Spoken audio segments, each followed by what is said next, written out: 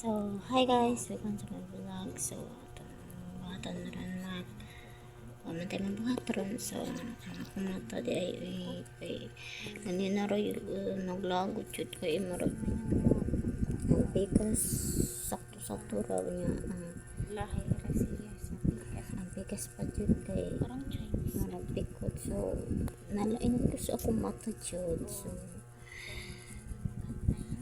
marako Chinese ang akong mata.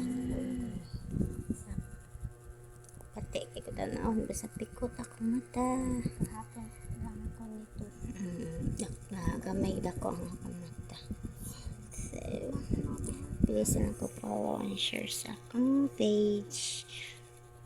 So, ikaw anya na ko'y buhaton. Please to follow and share. Love you.